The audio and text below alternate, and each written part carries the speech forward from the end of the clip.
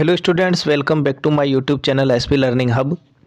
जैसा कि आप लोगों को पता है, अभी हमारी एनसीईआरटी साइंस समाधान की क्लासेज चल रही है, जिसमें हम किसी न किसी एनसीईआरटी साइंस के ऐसे क्वेश्चन के बारे में बात करते हैं जो आप लोगों की प्रॉब्लम होती है। और अगर आप लोगों को भी किसी प्रश्न में कोई समस्या है, कोई प्रॉब्लम है आपकी साइंस से रिलेटेड, तो आप कमेंट बॉक्स में कमेंट करके हमें बता सकते हैं। नेक्स्ट वीडियो आपके सॉल्यूशन में बना दिया जाएगा। तो इसी कड़ी में आज हम बात करने वाले हैं एनसीईआरटी क्लास 9th साइंस का जो एक चैप्टर है, 14वां चैप्टर है प्राकृतिक संसाधन, नेचुरल रिसोर्सेज। इस चैप्टर के पेज नंबर 222 पे कुछ प्रश्न दिए हुए हैं, जिनके सॉल्यूशन के बारे में आज हम बात करते हैं। देखिए, कुछ स्टूडेंट्स की डिमांड थी कि सर चैप्टर के बीच में जो क्वेश्चन होते हैं ना, वो हमको समझ में नहीं आते, उनके आंसर ढूंढने में हमें थोड़ी तकलीफ होती है। तो इससे रिलेटेड जो क्वेश्चन है बुक के बीच में, चैप्टर के बीच में जो क्वेश्चन होते हैं, उनके आंसर आप बताएं हमें और उनसे रिलेटेड वीडियो अपलोड करें। तो उन्हीं की डिमांड पर आज बात करते हैं हम पेज नंबर 222 पर दिए हुए कुछ क्वेश्चनों के बारे में। तो चलिए शुरुआत करते हैं आज की क्लास की। सब्सक्राइब कीजिए हमारे चैनल को और बेल आइकन को दबाइए हमारे लेटेस्ट वीडियो सबसे पहले देखने के लिए। पेज नंबर 222 पर पहला प्रश्न जो दिया हुआ है वो ये रहा आप लोगों के सामने। मृदा मिट्टी का निर्माण किस प्रकार होता है? यानी मिट्टी जो बनती है उसका निर्माण किस प्रकार होता है, कौन कौन से कारक होते हैं जो इसके लिए जिम्मेदार होते हैं। तो याद रखिए, इसके बारे में जो चैप्टर आपने पढ़ा होगा तो उसमें इसके मिट्टी निर्माण के जो कारक हैं वो आप लोगों को ज़रूर बताए होंगे, और मैंने बहुत अच्छी तरह समझाया था वहाँ पे। मृदा के निर्माण के कारक जो हैं वो निम्नलिखित हैं। कौन कौन से कारक हैं उनके बारे में हम बात करेंगे। सबसे पहला कारक आप देख रहे हैं यहाँ पर, कौन सा है? सूर्य। सबसे पहला कारक दिया हुआ है सूर्य। दिन के समय सूर्य पत्थर को गर्म कर देता है, जिससे वे प्रसारित हो जाते हैं। प्रसारित का मतलब होता है फैलना, ठीक है ना। दिन के समय सूर्य का जो प्रकाश है बहुत तेज होता है, तो पत्थर गर्म हो जाते हैं। पत्थर गर्म होने से वे क्या होते हैं? प्रसारित हो जाते हैं, मतलब फैल जाते हैं। रात के समय ये पत्थर ठंडे हो जाते हैं और संकुचित हो जाते हैं। रात्रि के समय ये ठंडे हो जाते हैं, ठंडे होने पर क्या होते हैं? ये संकुचित हो जाते हैं, मतलब सिकुड़ जाते हैं। चूँकि पत्थर का प्रत्येक भाग असमान रूप से प्रसारित और संकुचित होता है, जिससे पत्थर में ऐसा बार बार होने से दरारें पड़ जाती है और अंततः छोटे छोटे टुकड़ों में वो क्या होता है? विभाजित हो जाता है। और ये छोटे छोटे टुकड़े क्या करते हैं? मिट्टी के निर्माण में महत्वपूर्ण भूमिका निभाते हैं। पहला बिंदु जो है मिट्टी के निर्माण का कारक जो है वो है सूर्य। किस प्रकार ये कार्य करता है आप लोगों को समझ में आ गया कि पत्थर को ये गर्म कर देते हैं, गर्म करने पर पत्थर फैलता है, रात के समय ठंडे हो जाते हैं, संकुचित हो जाते हैं। तो इस प्रकार पत्थरों में क्या होता है? फैलना और सिकुड़ना, संकुचन और शिथिलन होता है। असमान रूप से ये प्रसारित होते हैं, संकुचित होते हैं, जिससे पत्थर क्या होता है? बार बार होने से इसमें दरारें पड़ जाती है और अंततः इन दरारों में से क्या होता है? ये छोटे छोटे टुकड़ों में विभाजित हो जाता है। इस प्रकार ये जो सूर्य है मिट्टी के निर्माण में बहुत महत्वपूर्ण भूमिका निभाता है, ठीक है। दूसरा बिंदु देखते हैं और दूसरे कारक के बारे में बात करते हैं। दूसरा कारक है पानी।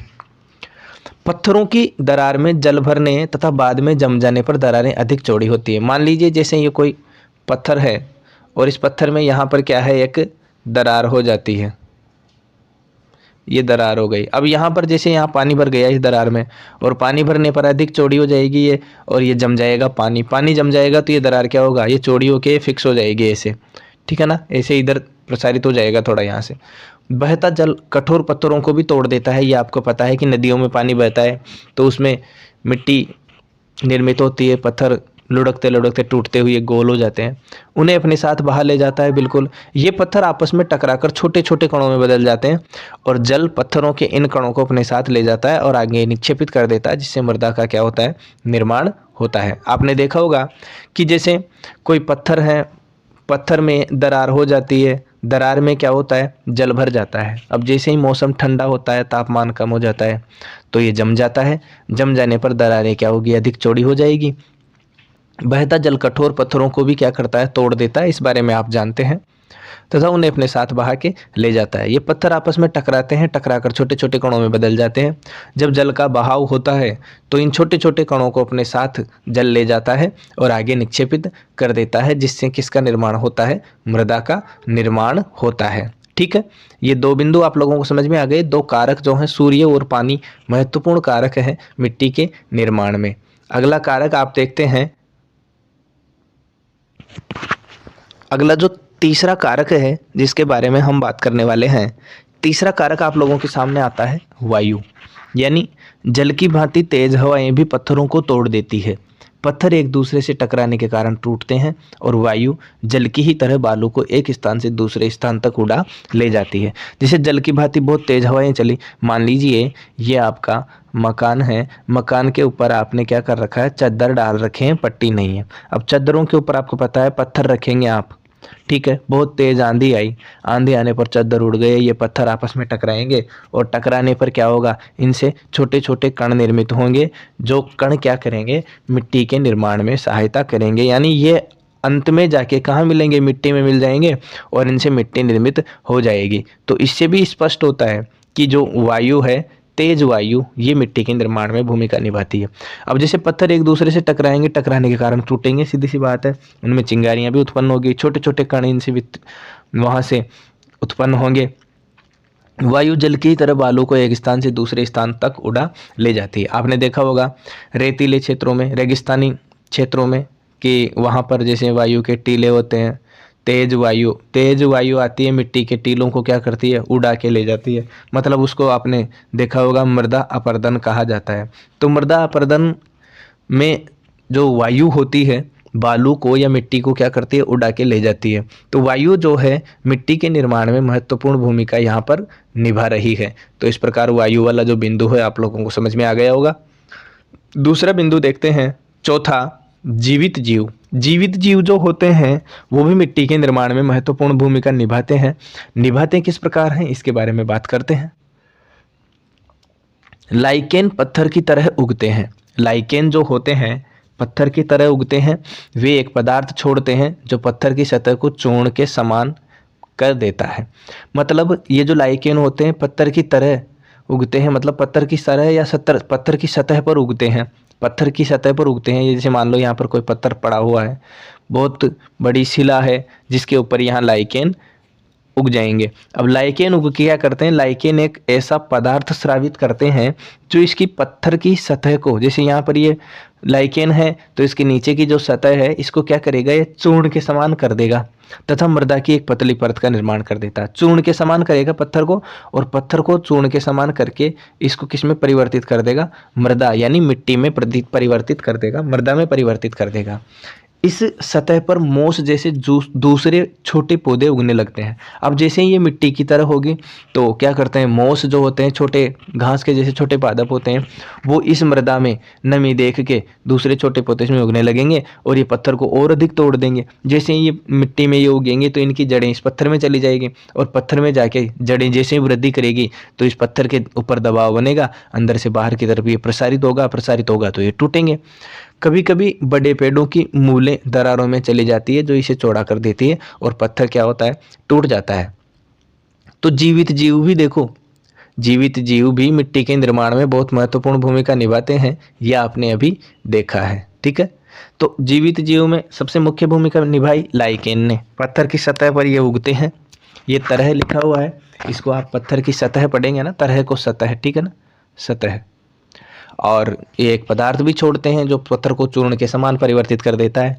अब चूर्ण में परिवर्तित होगा तो सीधी सी बात है वहाँ एक मिट्टी की परत बन जाती है, मिट्टी की परत का निर्माण होता है। अब मिट्टी की परत, मिट्टी और नमी दोनों मिलेगी तो मोस जैसे छोटे पादप वहाँ उग जाएंगे और ये पत्थर को और अधिक तोड़ देंगे। कभी कभी आपने देखा होगा, जैसे मान लो कोई पत्थर की शिला है, उसके आसपास कोई बड़ा पेड़ उगा रहता है तो उसकी जड़ें उसमें चली जाती है और उसमें जाके उसमें दरारें उत्पन्न कर देती है। दरारें उत्पन्न होने से वो क्या होता है? टूट जाता है। तो टूटने पर, पत्थर जब टूटता है तो उसमें क्या होगा? मिट्टी का निर्माण होगा। तो इस प्रकार आपने देखा कि ये जो चार कारक हैं, सूर्य, जल, वायु और जीवित जीव, ये चारों कारक मिलकर के मृदा के निर्माण में महत्वपूर्ण भूमिका निभाते हैं। तो आप लोगों को ध्यान रखना है, पहला कारक आपने पढ़ा कौन सा? सूर्य। और दूसरा कारक आपने पढ़ा जल। तीसरा कारक वायु और चौथा कारक जीवित जीव। अगर ये आप लोगों को पता है, आप इनमें आसानी से देखो, हेडिंग अगर आपको पता रहती है तो उसकी डिटेल आप अपने आप लिख सकते हैं अगर 1-2 बार आप पढ़ेंगे तो। और पढ़ने की आपको ज़रूरत है ही नहीं, आप चैनल पे आके वीडियो देख लो आराम से। और अगर आपका कोई क्वेश्चन है तो उस क्वेश्चन को भी आप यूट्यूब पे सर्च कर सकते हैं, साथ में लिखेंगे बाय एसपी लर्निंग हब या बाय एसपी सर, तो आपको सॉल्यूशन मिल जाएगा। अगर आपका एनसीईआरटी साइंस से रिलेटेड कोई भी समस्या है, आपको कोई प्रश्न है, तो आप हमारे चैनल को विजिट कर सकते हैं और वहाँ पर प्लेलिस्ट में जाके देख सकते हैं।